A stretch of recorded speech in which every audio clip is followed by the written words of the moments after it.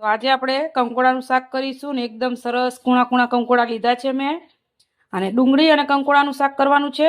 એકલા કંકોડાનું શાક કઈ રીતે બનાવવું એની રેસીપી મારી ચેનલ ઉપર છે, તમે જઈને જોઈ શકો છો। તો અહીંયા આપણે 500 ગ્રામ કંકોડા લઈ લીધા છે અને અહીંયા 3 ડુંગળી લીધી છે મેં મીડિયમ સાઇઝની અને લસણને ફોલી લીધું છે ને આ રીતે અચકચરું વાટી લીધું છે। તો ચાલો આપણે શાકનો વઘાર કરી લઈએ। આ શાક ઝટપટ બની જાય છે અને એટલું બધું ટેસ્ટી લાગે છે કે જો તમે એક વખત આ રીતે બનાવશો તો વારંવાર આ રીતે જ બનાવશો। આપણે ગેસ ઉપર કઢાઈ મૂકી દીધી છે અને આપણે એમાં તેલ નાખીશું। હું અહીંયા 2.5 પરી તેલ નાખું છું, તમે તમારી પસંદ પ્રમાણે વધારે કે ઓછું નાખી શકો છો। તેલને આપણે સરસ ગરમ થવા દઈશું। આપણું તેલ સરસ ગરમ થઈ ગયું છે, આપણે એમાં રાઈ નાખીશું।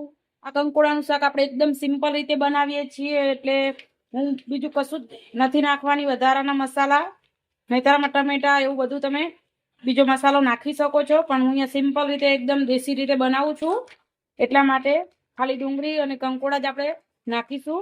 રાઈ સરસ ફૂટી ગઈ છે, હિંગ નાખીશું। જે આપણે લસણ કચરું વાટીને રાખ્યું છે એ નાખીશું। કંકોડાના શાકમાં થોડુંક લસણ વધારે હોય તો બહુ મસ્ત લાગે છે। ડુંગળી નાખીશું। ડુંગળીને તળતા થોડીક વાર લાગે છે એટલે આપણે ડુંગળીને થોડીક વાર માટે ચડવા દઈશું, પછી આપણે કંકોડા નાખીશું। સ્વાદ પ્રમાણે આપણે મીઠું નાખી દઈશું જેથી કરીને ડુંગળી જલ્દી ચડી જાય। મારા માટે આજે બહુ જ ખુશીનો દિવસ છે જે તમારી સાથે હું શેર કરવા માંગુ છું કે મારે આજે 500 સબસ્ક્રાઈબર પૂરા થયા છે અને તમારા બધાના સપોર્ટથી થયા છે। તો તમારા દિલથી ખૂબ ખૂબ આભાર અને આવો નવો સપોર્ટ કરતા રહેજો।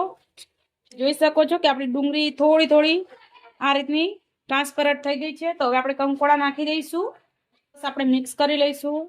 વાર માટે આપણે મિક્સ કરી અને રહેવા દેવાનું છે। આપણે મસાલા કરીશું, મિક્સ થઈ ગયું છે, હવે મસાલા કરીશું। મસાલા એકદમ આપણે સિમ્પલ કરીશું। હળદર, જીરું શું નાખીશું, મરચું તમે જે પ્રમાણે તીખું ખાતા હોય એ પ્રમાણે તમે નાખી શકો છો।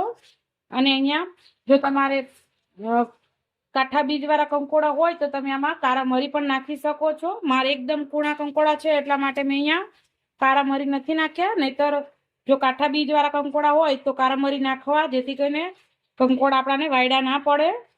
આપણે રસાવાળું પણ કરી શકો છો, હું અહીંયા રસાવાળું નથી કરવાની એટલે આપણે આને ઢાંકી અને સરસ ચડવા દઈશું। મિક્સ થઈ ગયું છે, હવે આપણે ઢાંકી અને આને 10 મિનિટ લગી ચડવા દઈશું। વચ્ચે વચ્ચે આપણે ચેક કરીશું। 15 મિનિટ જેવું થઈ ગયું છે, આપણે શાક ચેક કરી લઈએ। વચ્ચે વચ્ચે મેં અહીંયા ખોલી અને મિક્સ કર્યું હતું, તમે જોઈ શકો છો કે કેટલું સરસ રીતે આપણું શાક ચડી ગયું છે અને કેટલું બધું દેખાતું હતું અને ચડ્યું એટલે કેટલું થોડું થઈ ગયું છે કેમ કે આપણા કંકોડા એકદમ કૂણા હતા અને તમે જોઈ શકો છો કે તેલ પણ છૂટું પડી ગયું છે। હવે ગરમા ગરમ શાકને આપણે સર્વ કરીશું। મને તો આ શાક બાજરીના રોટલા સાથે બહુ મસ્ત લાગે છે। તમને શેના સાથે કંકોડાનું શાક ભાવે છે મને કોમેન્ટ કરીને કહેજો।